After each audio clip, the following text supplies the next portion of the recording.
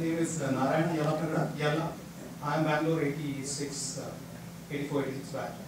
So we hear a lot about income inequality in the United States and in the world. And I'm sure we're going to hear more and more of it as the presidential election heats up.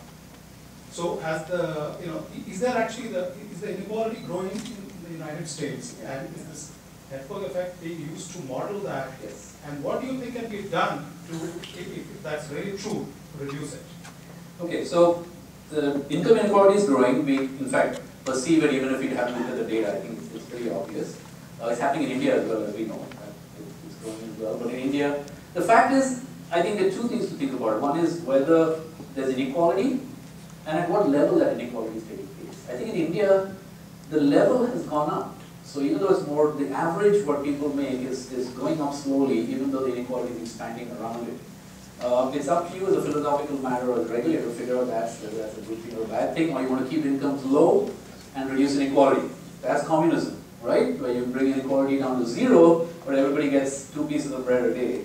Versus here, where we push up the level and we live with that extra inequality. When you think about this in terms of a network effect, there's a theory in networks called the theory of preferential attachment. Power gets more power. So how do networks become scale free? So when you start a network, there are 2 nodes, they're talking to each other. The third node arrives, talks to those 2, and then another one arrives, another one arrives. This is what's happening on Facebook, right? People keep coming in. The theory of preferential attachment says that when a new node comes in, it attaches more likely to a node with a lot of connections already. That's the way people are, and so that's preferential attachment. And if you let that process simulate it, let's say, you'll get a scale-free network. If it's not preferential attachment, you'll end up with a random network. Okay? Preferential attachment networks breed inequality, simply because people in the middle with power get more of it, and people on the periphery get less, just by evolution, dynamic evolution. Whether it's a bad thing or a good thing, we don't know, because if the network is distributive, then we know that the scale-free network has very strong distributive properties that are much better than a random network. You might want that. So it's not it's a nuanced question, I think. And so just saying that we should do something to cut off inequality is not necessarily an answer, because you want to analyze the network. So the other part of the question is, what can we do to reduce inequality? Okay? I don't know the answer to that. Okay? Because honestly, we can always do the communist thing and become more socialistic and try and reduce inequality. I'm not sure that actually works. I'm not even like the right person. No, but there is a large section of the population that I feel is being left behind. And we have to somehow address that. Correct. In a nation like this, Yeah. I think there is a lot of that happening. It's just not happening fast enough. There is, I think, a general sense that there is an underprivileged section of society. I think a lot of things Obama did, like the Affordable Care Act, which has a lot of people against it and a lot of people for it, are steps in the right direction. Because a lot of people who are getting into trouble, financial trouble, because of, say, lack of medical care. The single biggest cost of bankruptcy in the US is medical bankruptcy.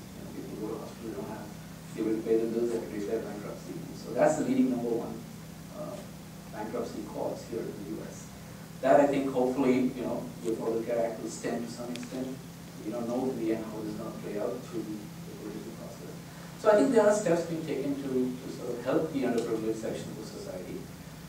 We see a lot more of it in California than in some other states. And that's where there's a book by Arthur Laffer, who's a very big supply side economist, who claims that the less we do of it, so he's taken the states that didn't do a lot of these things and the states that did. I think we have a live experiment going on right now. We'll see whether the cost of healthcare in California and states that have actively implemented the Affordable Care Act are going to be different than the ones that, All right, so we have the last question. Senthil from IIM Bangalore 2007 batch. My question is about the relative maturity of this field. So, you had an S metric to measure the systemic risk in a bank, right? Yeah. So, I believe that's something where you push the theory a little bit to come up with a metric which you can monitor.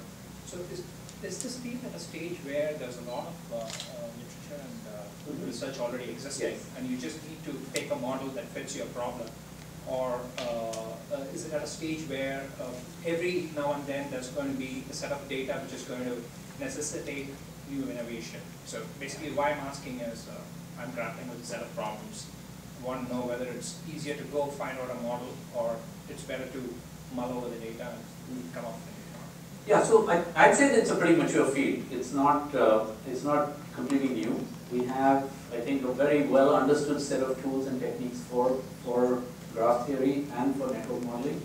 The most popular open source package, for example, is iGraph. iGraph runs, you can call it from C, Python, and R, which are sort of Google's computing stack as well.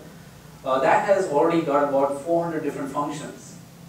You know, centrality is that one line of code, just one function. Finding communities is another function. So we're talking about 400 different things we can compute on a network, which are well understood. So we have that body of things. The metric S, which I compute, which is a product of sort of the compromise vector and the adjacency matrix, that is new. I kind of made that up because that contains both the components. The network gets more dense, or the compromise gets more, both things interact, and we get a score for the system.